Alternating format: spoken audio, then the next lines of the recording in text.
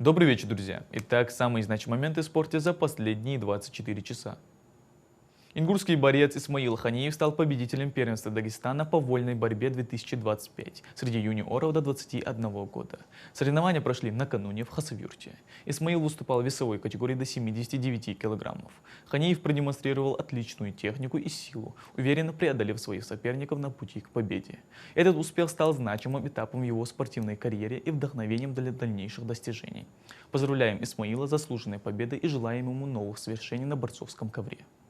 Ингурский боец ММА Бабули Цалоев по прозвищу Ингурский Халк с рекордом 6 побед без единого поражения проведет свой следующий бой на турнире Fight Nights, который пройдет 23 февраля против Армена Тарасяна, у которого на счету 7 побед и 3 поражения. Лучшим игроком четвертого тура зимнего чемпионата Ингушетии по футболу стал полузащитник Идрис Газдиев из команды Гамурзиева. В последней игре гамурзиевцы убедительно переиграли сунжинские хамки со счетом 4-1. Героем встречи стал центральный полузащитник Идрис Газдиев. Игрок вновь продемонстрировал свое мастерство исполнителя стандартных положений. Полузащитник забил свои 2 гола прямыми ударами со штрафных. Также он отметился голевым пасом на Ахмеда Парчиева, приняв участие в 3 голах своей командой.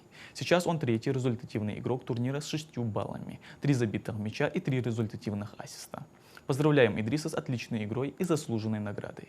Ингурские спортсмены показали отличные результаты на открытом турнире по дзюдо, завоевав по 2 золотые, серебряные и бронзовые медали. Золото в активе у Руслана Гамурзиева и Дамира Цалоева. Серебряными призерами стали Ахмед Гамурзиев и Халид Гойков. Бронза досталась Мухаммаду Богатыреву и Умару Костоеву. Все призеры являются воспитанниками 8-й школы Гамурзиева. Соревнования проходили на минувших выходных в Ставропольском крае.